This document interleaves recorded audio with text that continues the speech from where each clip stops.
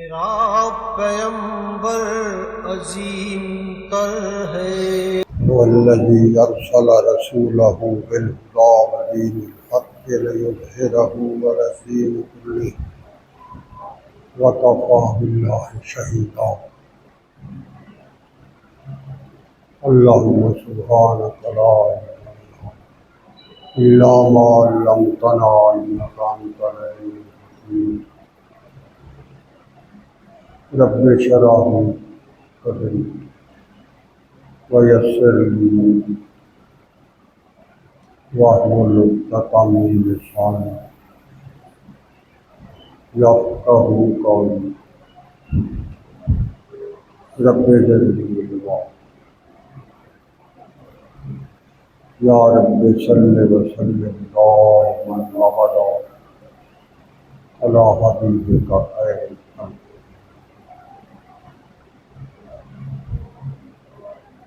واجب التکریم والاحترام معزز حاضرین و ناظرین کرام، اللہ تبارک و تعالیٰ کی طرف سے نازل کردہ یہ قرآن، یہ اسلام، یہ زندگی کا ایک خوبصورت نظام، اللہ کی طرف سے یہ آسمانوں سے انسانیت کے لیے آیا ہوا ایک پیغام، اور سب سے بڑھ کر محمد رسول اللہ صلی اللہ علیہ وسلم کے کلام اطہر پر نازل ہونے کے بعد آپ کی زبان ترجمان سے ہمارے تک اللہ کا پہنچنے والا یہ پیغام، یہ در حقیقت اللہ کا ایک بہت بڑا انعام۔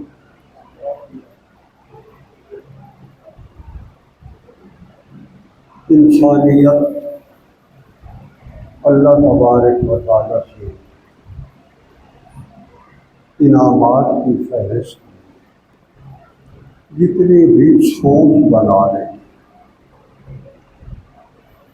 جتنا بھی وہ اللہ سے انعامات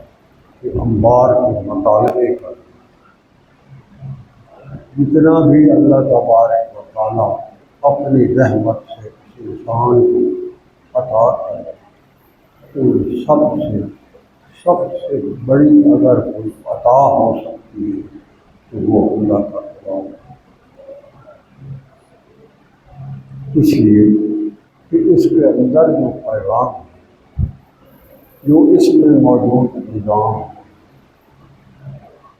اللہ تبارک و تعالیٰ کہتا ہے زمین پر بسنے والے انسانوں کے لیے مجھے سب سے زیادہ یہی پسند اور قبول، اور میرے لیے سب سے زیادہ انعامات کے لیے مستحق اگر کچھ ہو سکتا ہے تو وہ یہ اسلام۔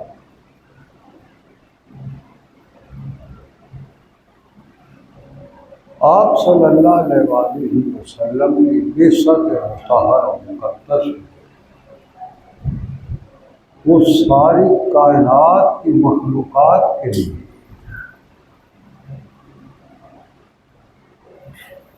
اس لیے کہ اللہ نے یہ فرمایا ہے کہ جتنی بھی رحمتیں میں آسمانوں سے اپنی کائنات کے اندر مخلوقات میں بانٹتا ہوں، وہ ساری کی ساری رحمتیں پہلے محمد رسول اللہ پر آتی ہیں، اس کے بعد یہ ساری کائنات کو تقسیم۔ یہی بات اللہ کریم نے قرآن میں بھی بتائی، وما ارسلناک الا رحمۃ للعالمین۔ کتنا بھی کوئی انسان اللہ کریم سے انعامات کا تصور کر سکتا ہے، اس میں سب سے بڑا اگر کوئی انسان مطالبہ کر سکتا ہے تو وہ مطالبہ ہے اے اللہ تو مجھے ہدایت عطا فرما۔ ہدایت جو ہے یہ اتنا بڑا انعام ہے کہ حشر کے دن جب سارے خدائی کے انسان ایک میدان میں جمع ہو تو جن کے پاس یہ دولت اس نے نہیں ہدایت، اللہ ان کے دل کے اندر سے اٹھنے والی ایک بھوک، ایک آرزو اور ایک تمنا کے بارے میں جہاں قرآن بتاتا ان کے دل کے اندر، جن کو وہاں کھڑے ہوں گے اور ہدایت عطا نہیں ہوگی تو وہ اس ہدایت کے حصول کے لیے اپنی طرف سے لو ان لہم ما فی الارض جمیعا، وہ کہیں گے کاش آج ہمارے پاس وہ سب کچھ بھی ہو جو اللہ نے ارض و سما میں خزانے بکھیرے یہ یفتدوا بہ، اور اگر اللہ ہمیں ان پر اختیار دے دے تو آج ہم وہ سارے خزانے اٹھا کر اس کے قدموں میں ڈال کر ہدایت دینا چاہتے ہیں۔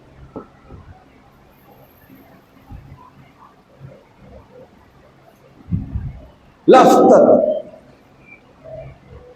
وَأَسَرُّ النَّدَامَ، ایک جگہ قرآن نے فرمایا سوائے ندامت اور شرمساری کے وہاں ان کے پاس کچھ بھی نہیں، بڑی شرمساری، بڑی ندامت، بڑی پریشانی اور پشیمانی، بڑی حسرت کہ کاش اس دنیا میں یہ ہدایت یافتہ لوگ بھی آئے تھے اور ہم بھی وہاں رہتے تھے، ہمارے ساتھ محلوں میں یہ بھی رہتے تھے، ان کے پاس آج یہ خزانہ ہے جس کی وجہ سے یہ ہم سے کہیں آگے ہیں اور ہمیں اس وقت دنیا میں سمجھ نہ آئی، اگر سمجھ آتی تو ہم بھی یہ خزانہ نہیں آتا۔ تو اللہ کریم فرماتا ہے لوگوں میری طرف سے یہ اعلان ہے، یہ سن لو، عبدالربات تک کے لیے میں نے ساری انسانیت کو اس ہدایت کے نظام کی، اس کے نشان کی، اس کی میں نے ساری کی ساری کھول کر لوگوں کو راز بتا دیا ہے کہ اگر تمہیں اس جہان کی زندگی میں ہدایت کا بہت بڑا انعام چاہیے تو وہ انعام تمہیں کہاں سے؟ ابھی مجھے بتا، کچھ نہیں چھپایا اس سے، یہ اس کی شان کے لائق ہی نہیں ہے کہ کسی کو یہ طلب پیدا کرے، کسی کو یہ انعام دینا چاہے اور پھر اس کی نشاندہی نہ کرے، اسے پتہ ہی نہ لگنے دے بھائی وہ ہے کہاں۔ تو اللہ کہتا ہے لوگوں میری بات غور سے سنو، هو الذی ارسل رسولہ بالہدی، لوگوں میں نے محمد الرسول اللہ صلی اللہ علیہ وسلم کو مبعوث فرمایا ہے، جب سے مبعوث فرمایا ہے اور جب تک یہ جہان رہے گا اور قیامت کے قائم ہونے سے پہلے تک جتنے بھی انسان آئے ہیں ان میں وہ آخری انسان رہے گا، اس وقت تک یہ ہدایت کا نظام بھی میں نے وہاں زمین پر قائم رکھا ہے اور وہ بھی رہے گا،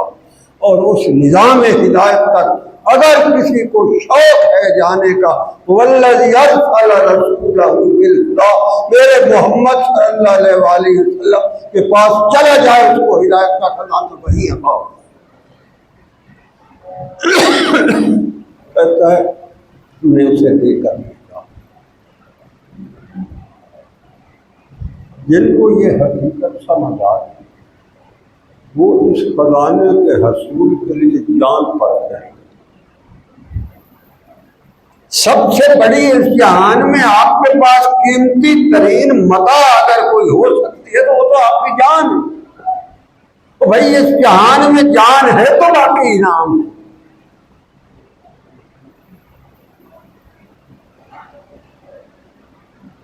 تو ایسے قرآن کی تاریخ بڑی عجیب ہے کہ لوگوں نے اس ہدایت کے خزانے تک پہنچنے کے لیے اپنی جانیں قربان کی۔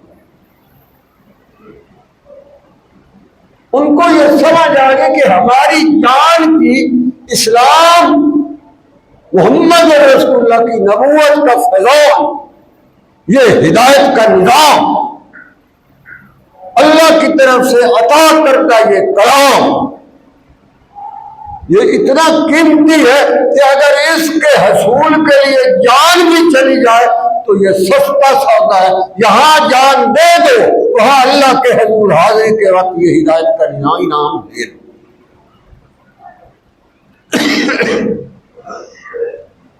اسی فیصلے کا نام شہادت ہے۔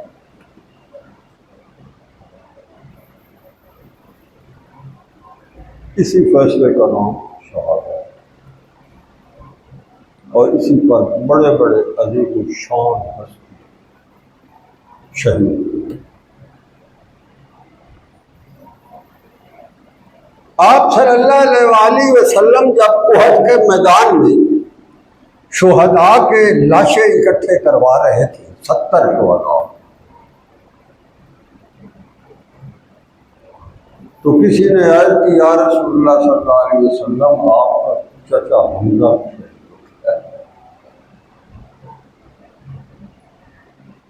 اور جب اس ہستی کی لاش کو لایا گیا تو گڈھڑی میں باندھ کر لاش کے ٹکڑے ٹکڑے اٹھا کر اکٹھے کر کے آپ صلی اللہ علیہ وسلم کے سامنے رکھا۔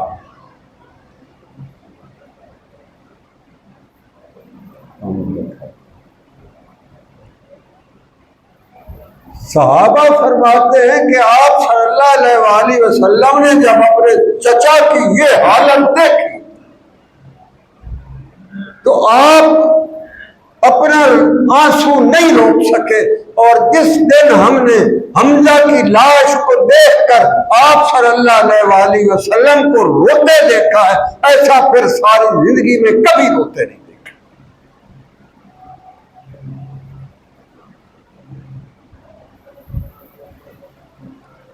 تو کیا خیال ہے، حمزہ رضی اللہ عنہ کا فیصلہ غلط تھا؟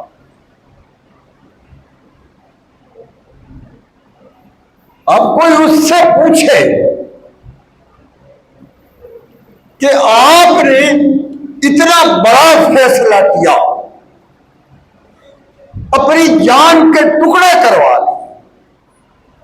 مگر محمد رسول اللہ صلی اللہ علیہ وسلم کے دین کی عظمت اور تقدس پر اپنی جان نچھاور کر دی، محمد رسول اللہ کو رلا گئے مگر ہدایت پا گئے۔ جس کے اندر یہ شوق آ جاتا ہے وہی ہدایت پاتا ہے۔ اللہ کے دین کے ساتھ سمجھوتے کر کے، تعویلیں گھڑنے، بہانے بنانے، مختلف اس کے ترجمے کر کے جان چھڑانے، اس پر اسلام نے انعام عطا ہے۔ کتنے عظیم الشان ہستیاں تھیں،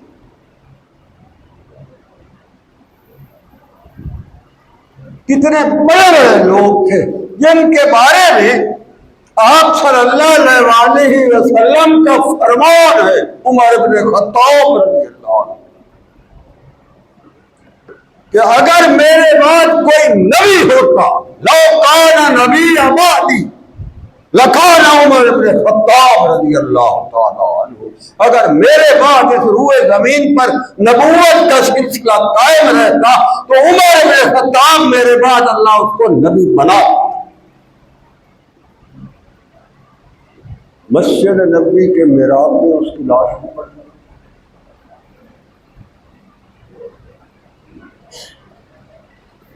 وہاں بھی جب اس کے جسم سے خون بہ کر مسجد نبوی کے محراب کو تر کر دیا، تو مسجد نبوی کا محراب جو ہے یہ جنت کا ٹکڑا ہے۔ ما بین بیتی و منبری روضۃ من ریاض الجنہ او کما قال و منبری علی حوضی، میرے گھر سے لے کر میری محراب تک یہ جنت ہے، جنت کے باغوں میں سے ایک باغ ہے، جہاں میرا منبر ہے یہ حوض کوثر پر ہے۔ جب یہاں قیامت قائم ہوگی تو اس منبر کو اٹھا کر یاقوت اور عنبر میں اس کے ہیرے جواہرات جڑ کر اس کو حوض کوثر کے کنارے بچھا دیا جائے گا اور مجھے وہاں بٹھا دیا جائے گا۔ وہاں اس نے آ کر اپنی جان دی۔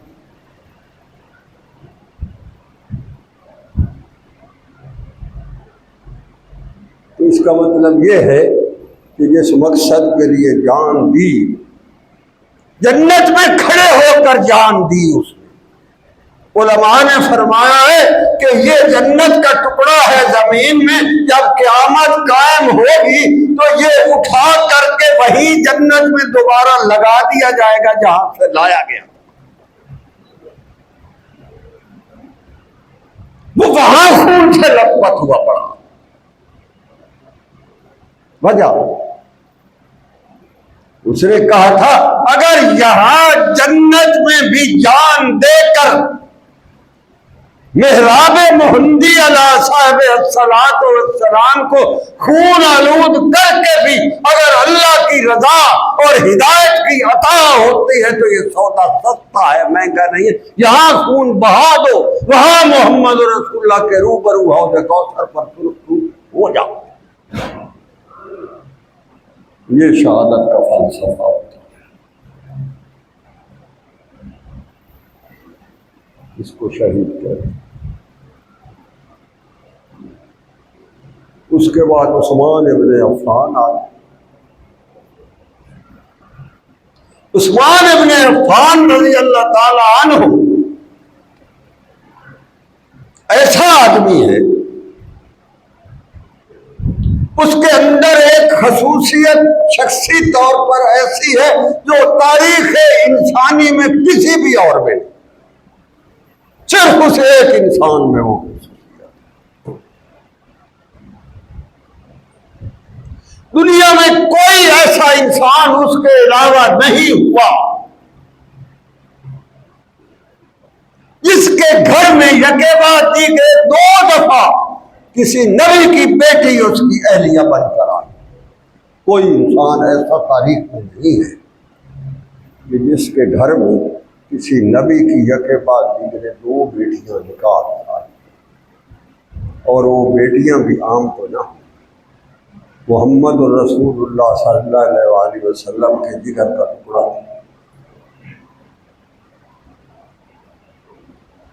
جب آپ صلی اللہ علیہ وسلم بدر سے واپس مڑے تو پتہ لگا میری بیٹی اللہ کو پیاری ہو گئی ہے۔ لوگوں کے گھروں میں بدر کی خوشیاں تھیں اور محمد رسول اللہ کے سینے مبارک اور مطہر میں اپنی بیٹی کی جدائی کا غم تھا۔ اپنے داماد حضرت عثمان رضی اللہ عنہ کے ہاں تعزیت کرنے گئے، افسوس کرنے گئے، تو حدیث مبارکہ ہے آپ نے عجیب افسوس کیا اپنے داماد سے۔ شاد فرمایا عثمان اللہ کی قسم اگر میری 10 بیٹیاں بھی اور ہوتی یکے بعد دیگرے میں ساری تجھے دیتا چلا جاتا۔ یہ اعزاز اور کسی کے پاس نہیں ہے حضرت عثمان ذی النورین کے علاوہ پوری تاریخ انسان۔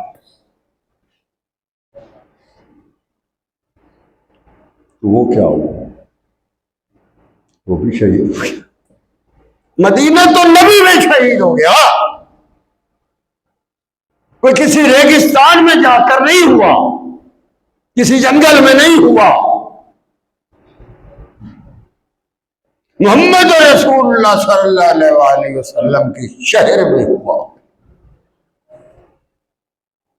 صحابہ کی بار آئے، انہوں نے عرض کی امیر المومنین آپ نے ہمارے بازوؤں کی طاقت کے جوہر بدر اور حنین اور خندق میں نہیں دیکھے؟ چاندی تو بلوائی ہے، آپ اشارہ کریں ہم سارا صاف کر دیتے۔ یہ کون ہوتے ہیں آپ کے ساتھ اس طرح گھیرا ڈال کر آپ کو شہید کرنے کے در پہ؟ آپ کی آنکھ کا اشارہ چاہیے، گھنٹے بعد یہاں صفائی ہو۔ پتہ ہے اس کا جواب کیا ہے؟ اس نے کہا لوگوں میں اپنا خون تو دے سکتا ہوں، محمد اور رسول اللہ کے شہر کو لوگوں کے خون سے آلودہ نہیں کرتا، میں اپنی جان دے دوں گا، مگر مدینہ تو نبی کو لوگوں کے خون عام سے میں کبھی بھی آلودہ نہیں کرتا۔ یہ وہ کر گئے۔ عبداللہ بن سلام رضی اللہ عنہ آئے جس دن آپ کی شہادت کا دن تھا، اور انہوں نے بھی آ کر یہ بات کہ ہم نے فیصلہ کیا ہے، سارے صحابہ نے مل کر مجھے وفد کے طور پر آپ کے حضور بھیجا ہے، اور وہ اجازت مانگتے ہیں کہ آپ ہمیں اجازت دیں اور ہم یہ سارا جو گند اور غلاظت یہاں اکٹھی ہو رہی ہے ہم اس سارے کو صاف کر دیں۔ حضرت عثمان بن عفان نے فرمایا اصل میں بات یہ ہے کہ میں آج ایک وعدہ کر بیٹھا ہوں، مستند روایت۔ عبداللہ بن سلام نے عرض کی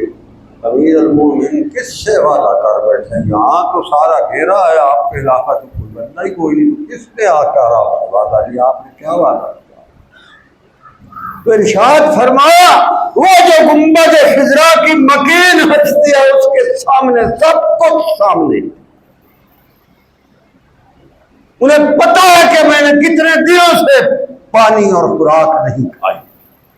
تو آج مجھے اس ہستی نے وہاں سے پیغام بھیجا ہے اور فرمایا ہے عثمان تیرا روزہ بہت لمبا ہو گیا، آج شام کو افطاری ہمارے ساتھ کرو، میں وعدہ کر بیٹھا ہوں میں شام کو افطاری کے لیے وہاں چلا جاؤں گا، میری فکر نہ کرو۔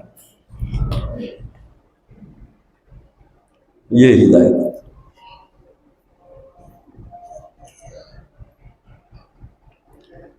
اگر ہمارے سامنے بھی دین کی عظمت اور تقدس، سنت خیر الانام، یہ قرآن، یہ اسلام، اس پر لوگ لمبی لمبی زبانیں نکال کر گلیوں چراہوں اور چوکوں میں جلسوں میں اس کے بارے میں اگر کوئی یہ کہتا پھر رہا ہے کہ یہ تو سرے سے قابل عملی نہیں، یہ تو آج ہو ہی نہیں سکتا، یہ تو دنیا کے اندر رہ کر ترقی نہیں کر سکتے ہم، تو اگر ہماری کان یہ باتیں سن کر چپ ہو جاتے، مصلحت کا شکار ہو جاتے، ہماری آنکھیں نیچی ہو جاتی ہیں، گردنیں جھک جاتی ہیں، دنیاوی مفادات ہمیں مزید ہونے لگتے ہیں، تو میرے بھائی خیال کرو ہم ہدایت پر سوچ، ہم ہدایت پر نہیں۔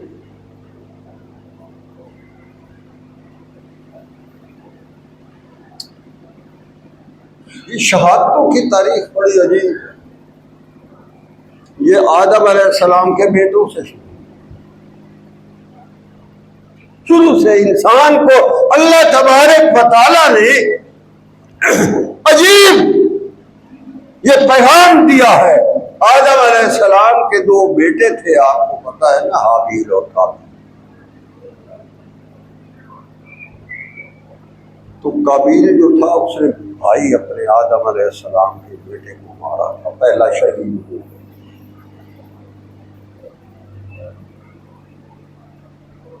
مظلوم شہید۔ علماء نے فرمایا ہے کہ حابیل کے بعد مظلوم شہادت اگر کوئی امت محمدیہ تک کے انسانوں میں تاریخ کی طور پر دیکھی جا سکتی ہے تو حابیل کے بعد مظلوم شہید عثمان ابن عفان رضی اللہ عنہ، اس پر بھی مظلوم۔ عجیب بات یہ ہے کہ اس مظلومیت کی داستان یہی ختم تو نہیں ہے،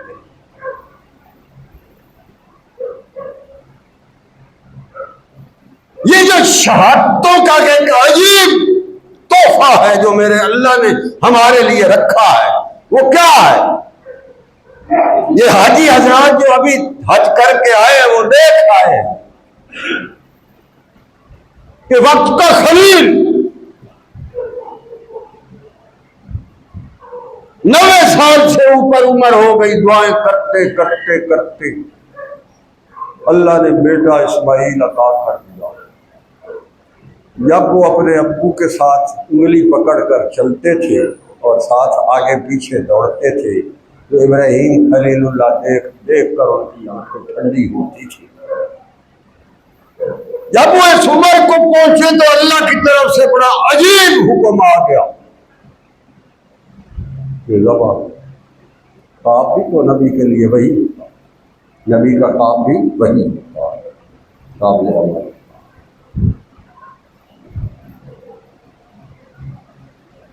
اب دیکھنے کی بات یہ ہے کہ ایک طرف ابراہیم خلیل اللہ 94 سال کم و بیش عمر ہے جب اللہ نے اسماعیل نبی اللہ عطا کیا، اس عمر میں بیٹا عطا، اور اللہ کہتا ہے خواب میں اس کو ذبح کرو۔ وہ مصلحتیں تو ذہن میں آنی چاہیے نا، بڑی بڑی جو ہمارے میں آتی۔ اگر آپ اور ہم بیٹھ کر جو ہمارے اندر شیطانی مصلحتوں کا ایک طوفان مچ گیا ہے، اگر ہم اس کی گنتی شروع کر دیں تو آپ یقین کریں کاغذ مک جائے گا، پین کی سیاہی ختم ہو جائے گی، ہمارے بہانے ختم نہیں ہوئے۔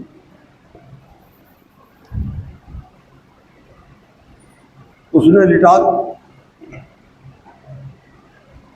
اور بیٹا کہہ رہا ہے ابو آنکھ پر، میں نے قمیض اپنی اتارتا ہوں، سفید قمیض پہنی ہوئی تھی انہوں نے، اور اسماعیل علیہ السلام نے کہا وہ میں اتارتا ہوں، آپ جو ہے اپنی آنکھ پر اس کی پٹی باندھ لیں، کہیں جب آپ کی نگاہ میرے چہرے پر پڑے تو شفقت پدری جوش پہ نہ آ جائے، چھری پر آپ کی گرفت ڈھیلی نہ پڑ جائے، اس لیے آپ پٹی باندھ کر کریں۔ یہ ادائیں جو ہوتی ہیں یہ ہدایت ہے، یہ شہادت۔ اب اللہ کریم کا اپنا نظام ہے، اس نے جنت سے ایک مینڈا بھیجا جس کے بارے میں احادیث ہے کہ 40 سال سے وہ اس دن کے انتظار میں جنت کی چراگاہوں میں چلتا رہا۔ وہ مینڈا عام نہیں تھا۔ جب اس کو جبرائیل امین لائے ہیں تو پہلے کوہ صفا پر اس کو اتارا ہے، آسمانوں سے آیا تھا نا، وہاں سے بھگا کر اس کو وہاں لائے ہیں جہاں ابراہیم علیہ السلام بیٹے کو لٹا کر آنکھوں پر پٹی باندھ چکے۔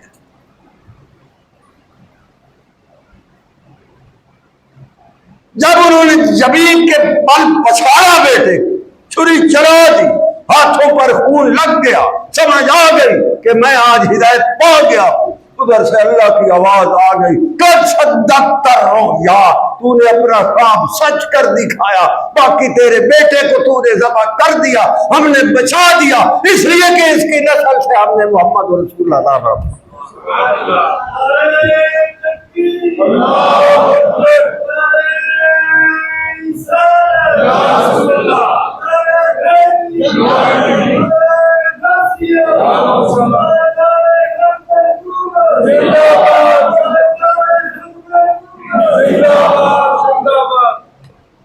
آپ صلی اللہ علیہ وسلم کی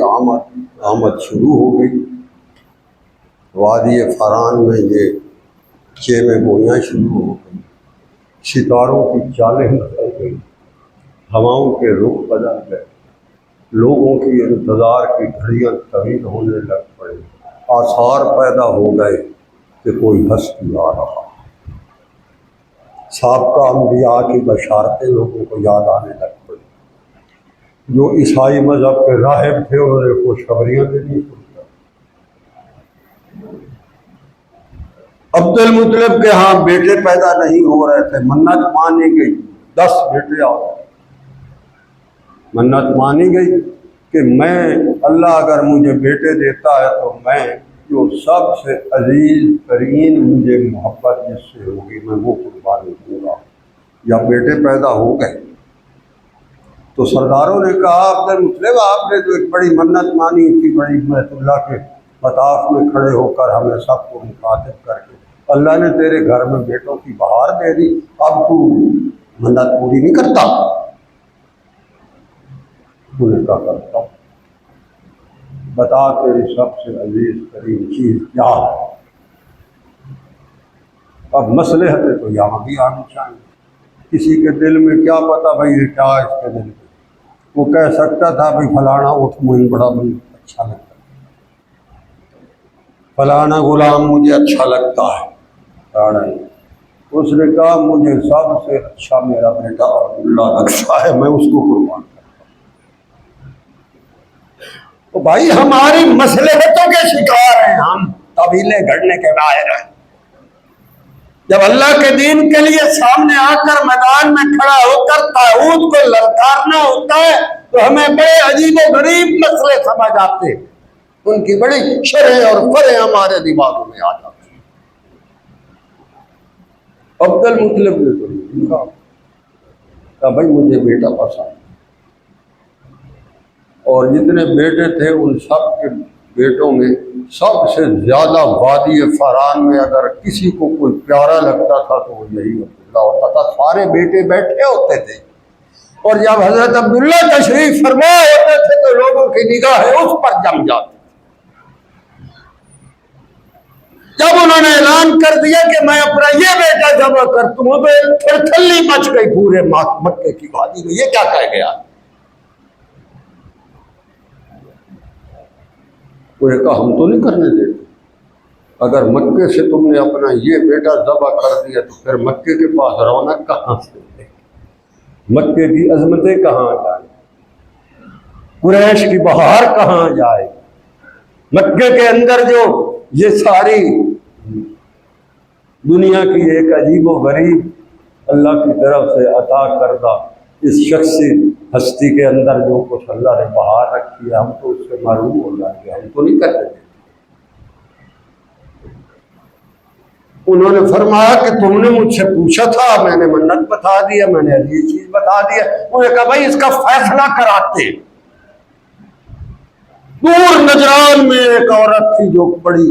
ماہر تھی یہ مسئلوں کے سلجھاؤ پر، وہاں گئے، اس نے پوچھا تم جب کوئی بندہ تمہارا مر جاتا ہے قبیلے کا قصاص لیتے ہو تو قصاص میں تم کیا فیصلہ کرتے ہو؟ تو قریش نے کہا جی ہم 10 اونٹ اس کے بدلے لیں گے۔ تو اس نے کہا تو ایک طرف 10 اونٹ رکھ دو، ایک طرف اس بیٹے کا نام رکھ دو، تیر چلاؤ، اور وہ تیر جو ہے جب اونٹوں کے نام پر آئے تو اونٹ بڑھاتے جاؤ، اور جب حضرت عبداللہ کے نام کی بجائے اونٹ آ جائے تو اونٹ ذبح کر دو، جتنے بھی آئے۔ قصہ مختصر، یہ کام شروع ہوا، بیت اللہ میں سردار اکٹھے ہوئے، مطاف میں رونق بڑھ گئی، جو تیر کھینچنے والا تھا اس کو بلا لیا، سردار اس کے گرد کھڑے ہو گئے، 10 اونٹوں کی پرچی رکھ کر تیروں کو چلایا جانے لگا۔ 10 آئے تو تب بھی قرہ حضرت عبداللہ کے نام پڑا۔ حضرت مطلب نے کہا اور بڑھاؤ، 10 بڑھاؤ، اور 10 بڑھاؤ، اور 10 بڑھاؤ، اور 10 بڑھاؤ، 90 تک اونٹ بڑھتے چلے گئے، مگر پورا پھر بھی حضرت عبداللہ کے نام آتا چلا گیا۔ عبد المطلب نے پیچھے دیکھا، میرے تو سارا ایوڑ جڑے اٹھا تھا وہی مکتا ہے ہوتے باقی سارا۔ مکے کے سردار کھڑے تھے، انہوں نے کہا وادی عرب کے قریش مکہ کے جتنے اونٹوں کے ریوڑ ہیں ہم سارے قربان کر دیں گے، مگر عبداللہ کو ذبح نہیں دیں گے۔ پھینکو تیر دوبارہ، جب 100ویں دفعہ 10ویں دفعہ 10 اونٹ کے پھینک، جب 100 اونٹ آئے تو اس وقت پورا جو ہے اونٹوں کے نام پڑا حضرت عبداللہ۔ یہ بھی قربانی کی ادا۔ آپ صلی اللہ علیہ وسلم کو اسی لیے جب صحابہ عربی باہر سے آتے تھے تو پتہ کس کس لقب سے پکارا کرتے تھے؟ وہ کہتے تھے الصلاۃ والسلام علیک یا ابن الذبیح، دو ذبیحوں کے بیٹے آپ کو سلام ہو۔ آپ صلی اللہ علیہ وسلم مسکرا پڑتے، وہ اس کا مطلب یہ ہوتا تھا کہ اسماعیل ذبیح اللہ بھی آپ کی وجہ سے قربان ہوا، اور آپ کا ابو حضرت عبداللہ بھی ان اونٹوں کی وجہ سے اپنے لیے یہ قربانی کی تاریخ کم کر گیا۔ آپ تو دو ذبیحوں کے بیٹے ہیں، آپ کا لقب ابن الذبیح ہے۔ حجۃ الوداع کے موقع پر آپ صلی اللہ علیہ وسلم نے 63 خود اپنے 10 مبارک، آج کے ہم ادھر بارے ایک بکری ذبح کرنی کو میں بکری ڈالے دے آ رہے تھے، وہ بھاگ جاتی سارے پتہ ہی نہیں۔ آپ صلی اللہ علیہ وسلم نے اس دور میں اپنے 10 مبارک سے 63 نہار کی، اور 37 اونٹ حضرت علی اور مرتضیٰ وہ 100 اپنے ابو کے بعد روایت اسماعیل ذبیح اللہ والی روایتیں قربانی۔ بات ہدایت کی ہو رہی تھی۔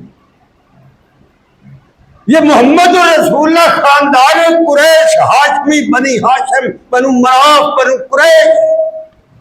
یہ تاریخ رقم ہے، ایک بڑی زبردست قربانی۔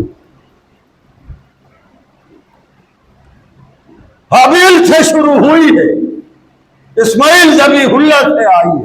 حضرت عبداللہ سے ہوتی ہوئی محمد رسول اللہ کے حجۃ الوداع پر 100 اونٹوں کی قربانی کی یاد تازہ کرتی آئی ہے، اور اخیر آ کر پورا پڑا ہے محمد رسول اللہ کے نواز سے۔ یہ قربانیوں کی صحیح تاریخ ہے، یہ ہدایت کے نظاموں کا دفاع ہے، یہ اللہ کے اس دین اور اسلام اور اس کی تقدس اور عظمت پر قربانیوں کی خوبصورت ایک ادا، اور یہی ہدایت ہے، یہی محمد رسول اللہ کے ساتھ وفاؤں کی تاریخ کا رقم کرنے کا خوبصورت راستہ۔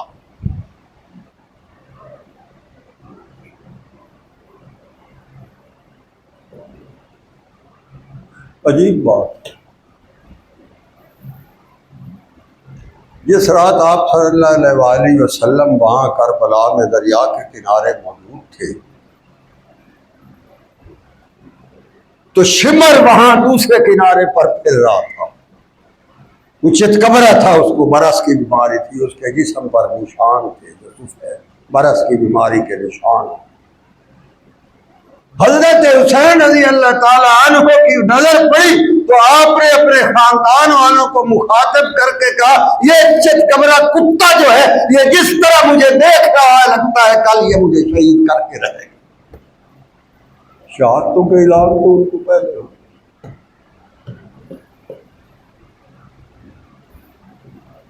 ہم اس کے اوپر بھی دکانیں چمکاتے تھے، اس کے اوپر بھی ہم ٹکر کھاتے پھر رہے، اس کو بھی ہم نے روزی کا ذریعہ بنا، وہ تو کیا کر گئے پر ہم اس کے اوپر روزی کماتے پھر رہے۔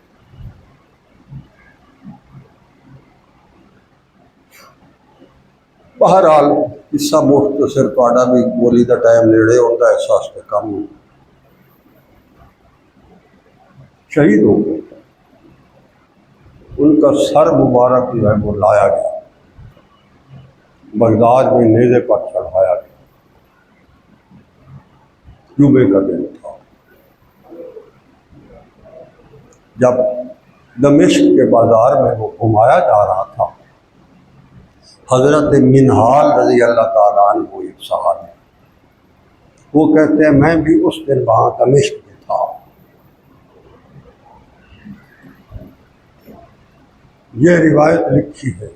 امام جلال الدین سیوطی خصائص الکبریٰ، منہال بن عمر رضی اللہ تعالیٰ عنہ کی روایت ہے۔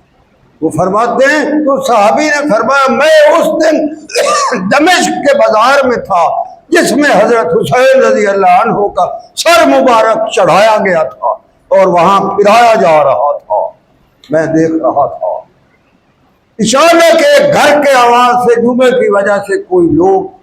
سورت کہف پڑھ، اس کی آواز آ رہی تھی گھر سے باہر گلی میں جہاں یہ سر مبارک نیزے پر گھمایا جا رہا تھا۔ تو اندر جو بندہ گھر میں بیٹھا تھا سورۃ کہف کی تلاوت کرتے ہوئے وہ یہ آیت پڑھ رہا تھا، ام حسبت ان اصحاب الکہف والرقیم کانوا من آیاتنا عجبا، کہ اصحاب کہف کی یہ بات بڑی عجیب ہے، اس میں بڑی نشانیاں ہیں۔ جب وہ اس آیت پر پہنچا تو حضرت حسین رضی اللہ تعالی عنہ، ہمارا نانا جس کا آگے نانا محمد رسول اللہ تھا، جس کا آگے پر نانا اسماعیل ذبیح اللہ تھا، یہ ساری قربانیوں کی ایک خوبصورت لڑی تھی جس کی گواہی دمشق کے بازار میں نیزے پر سر رکھے ہوئے اس ہستی کے سر سے آواز آئی، فرمایا جب یہ آیت پڑھی گئی ام حسبت ان اصحاب الکہف والرقیم کانوا من آیاتنا عجبا، آواز آئی ہے سر مبارک سے، عجب من اصحاب الکہف قتلی و حملی، ارے تجھے اصحاب کہف پر بڑی حیرانی ہوتی ہے، تجھے تو حیرانی اس بات پر ہونی چاہیے میرے سر کو دیکھو اور میرے سر پہ آئے ہوئے اس پیغام کو دیکھو۔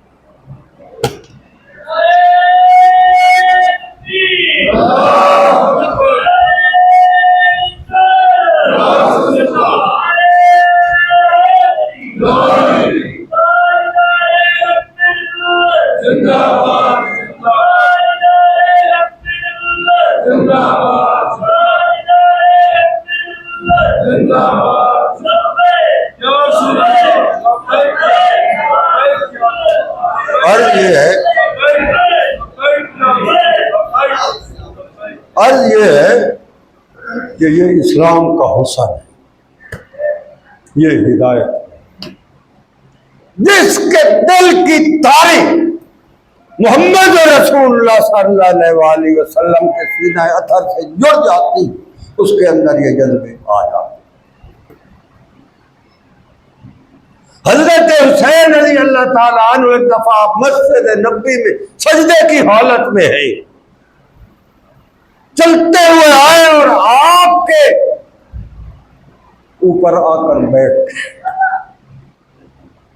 اب سبحان رب یعلا تو ترائے دفعہ پڑھنی ہوئے تو چوتھی دفعہ سانو پڑھ دیا سیرے سپیڑ ہوتی بچ کے اٹھی۔ صحابہ فرماتے ہیں حضرت حسین رضی اللہ عنہ آپ کی پشت مبارک پر نماز کی حالت میں موجود ہے، آپ سبحان رب یعلا پڑھاتے چلے گئے حتیٰ کہ آپ نے 70 مرتبہ وہ تسبیح پڑھی، تب سجدے سے سر اٹھایا اور حضرت امام آخری بات حضرت عمر بن خطاب فرماتے کہ ایک دفعہ میں اچانک آپ صلی اللہ علیہ وسلم کے حجرہ مبارک میں چلا گیا، آپ سسر بھی تو تھے، آپ کی اہلیہ حضرت عمر بن خطاب کی بیٹی تھی حضرت حفصہ، گھر آنا جانا محرم تھے۔ وہ فرماتے ہیں میں جو اچانک گیا تو میں نے عجیب منظر دیکھا، حدیث مبارک پڑھیے، عجیب منظر میں نے دیکھا کہ آپ صلی اللہ علیہ وسلم اپنے گھٹنے مبارک اور دست مبارک پر ایسے ہیں جیسے اونٹ ہوتا ہے، اور آپ نے اپنے دہن مبارک میں ایک رسی نما لگام بنا کر حضرت حسین رضی اللہ عنہ کو پکڑائی ہوئی ہے، وہ آپ کی پشت مبارک پر سوار ہے اور آپ اونٹ کی طرح ایسے ایسے چل رہے ہیں اور وہ اوپر بیٹھے ہوئے ہنس رہے ہیں۔ وہ فرماتے ہیں میں نے یہ منظر اپنی آنکھوں سے دیکھا،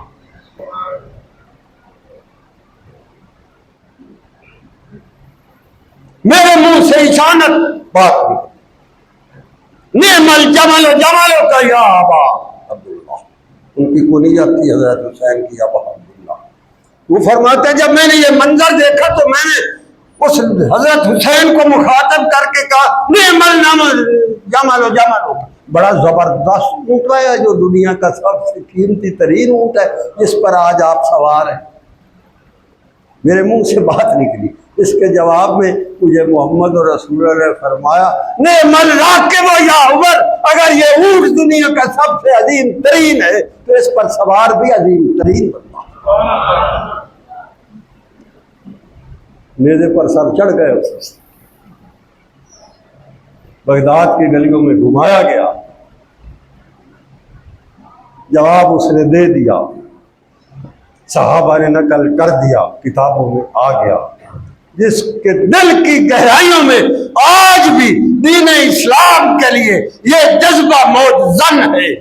دل کی گہرائیوں سے وہ اللہ کے دین کی عظمت کا جھنڈا اور ایک کلمت اللہ اٹھانے کے لیے تیار ہے، تو حشر کے دن اسے ہی لوائے محمدی کے سائے کے نیچے جگہ ملے گی، وہاں بھی محمد رسول اللہ کا جھنڈا لہرا رہا ہوگا، اس جھنڈے کے نیچے اس کو جگہ ملے گی جس نے یہاں محمد رسول اللہ کے دین کی عظمت کے جھنڈے کو جان دے کر بھی لہرایا۔ وَالَّذِي أَرْسَلَ رَسُولَهُ بِالْهُدَىٰ، فرمایا میں نے اپنے محمد کو یہ خزانے دے رکھے ہیں، آؤ لو، یہ کیفیات بانٹتے ہیں وہ بدین الحق، حق ہے یہ بات، افسانے نہیں ہے، یہ کیا ہے لوگوں نے، محمد رسول اللہ کے خانوادے نے کیا ہے، ہمارے نانوں کی تاریخ ہے یہ، الحمدللہ۔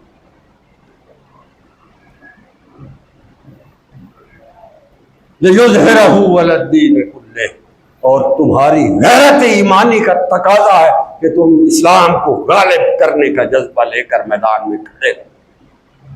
اور فرمایا اگر تیرے اندر یہ کیفیت آ گئی ہے وَكَفَىٰ بِاللَّهِ شَهِيدًا، اس کا گواہ میں کافی ہوں، میں تجھے اجر میرا وعدہ ہے۔ میرے بھائی یہ اسلام، باقی سارے کہانیاں تھے، گلہ تھے، افسانے تھے، نعرے تھے، گلہ تھے،